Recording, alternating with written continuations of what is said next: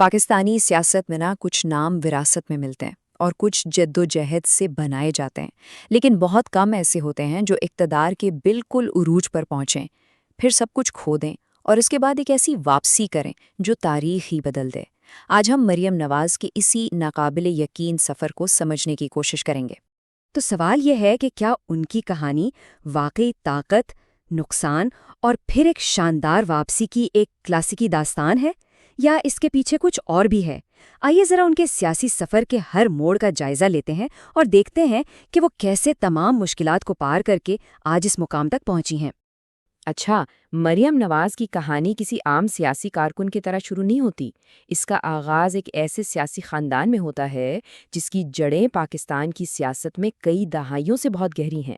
وہ صرف ایک سیاستدان نہیں بلکہ ایک سیاسی وارث ہیں۔ پاکستان کے 3 بار وزیر اعظم رہنے والے نواز شریف کی بیٹی ہونے کا مطلب یہ تھا کہ سیاست ان کے لیے کوئی انتخاب نہیں بلکہ ایک طرح کی وراثت تھی، اور اس وراثت کے ساتھ بے پناہ مواقع بھی آئے اور توقعات کا ایک بہت بڑا بوجھ بھی۔ ان کی پرورش لاہور میں ہوئی، وہ شہر جو نہ صرف پنجاب کا ثقافتی مرکز ہے بلکہ شریف خاندان کی سیاست کا گڑھ بھی سمجھا جاتا ہے۔ تو کہہ سکتے ہیں کہ اسی ماحول نے ان کی سیاسی شخصیت کی بنیاد رکھی تھی۔ لیکن صرف خاندانی پس منظر پر انحصار کرنا ان کے لیے کافی نہیں تھا۔ بہت جلد انہوں نے پارٹی کے اندر اپنی جگہ بنانا شروع کی اور یہ ثابت کیا کہ وہ صرف ایک سیاسی وارث نہیں بلکہ خود ایک رہنما بننے کی صلاحیت رکھتی ہیں۔ ان کی حکمت عملی نہ روایتی سیاست سے تھوڑی ہٹ کر تھی۔ ایک طرف تو وہ بڑے بڑے عوامی جلسوں سے عوام سے براہ راست رابطہ کرتی تھیں، تو وہیں دوسری طرف انہوں نے سوشل میڈیا کو ایک ہتھیار کے طور پر استعمال کیا۔ اس جدید انداز نے خاص طور پر نوجوانوں کو اپنی طرف متوجہ کیا اور انہیں پارٹی کی ایک بہت اہم آواز بنا دیا۔ لیکن سیاست کا کھیل جتنا اونچا اڑاتا ہے اتنا ہی گرا بھی سکتا ہے۔ ان کا عروج اپنے ساتھ وہ قانونی طوفان لے کر آیا جس نے ان کے سیاسی کیریئر کو تقریباً ختم ہی کر دیا تھا۔ یہ ٹائم لائن ان کے سیاسی کیریئر کے طوفانی اتار چڑھاؤ کو صاف دکھاتی ہے۔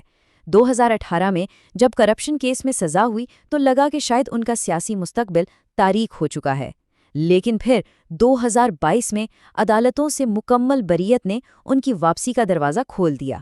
یہاں سب سے اہم نکتہ یہ ہے کہ جن الزامات کی وجہ سے انہیں قید اور نااہلی کا سامنا کرنا پڑا، انہی الزامات سے مکمل طور پر بری ہونے نے ان کی واپسی کو ایک نئی زبردست قوت بخشی۔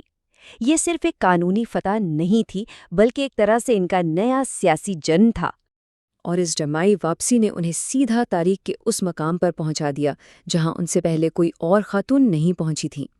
2024 میں وہ پنجاب کی وزیر اعلیٰ منتخب ہوئیں، یعنی پاکستان کے سب سے بڑے اور سیاسی طور پر سب سے اہم صوبے کی، اور یہ اعزاز حاصل کرنے والی وہ پہلی خاتون ہیں۔ یہ صرف ان کی ذاتی فتح نہیں تھی بلکہ پاکستان کی سیاسی تاریخ میں ایک نئے باب کا آغاز تھا۔ اس کامیابی کو صرف ایک انتخابی جیت کے طور پر نہیں دیکھا گیا بلکہ ایک سنگ میل کے طور پر دیکھا گیا۔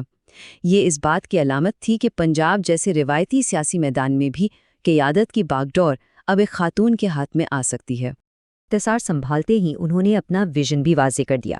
ان کی حکومت کی جو اولین ترجیحات ہیں وہ ہیں صحت، تعلیم اور روزگار کے شعبوں میں بہتری لانا، تاکہ صوبے کے عام آدمی کی زندگی میں کوئی حقیقی تبدیلی لائی جا سکے۔ مریم نواز کا سفر ابھی ختم نہیں ہوا۔ اقتدار، نقصان اور واپسی کی یہ کہانی اب ایک نئے موڑ پر آ کھڑی ہوئی ہے۔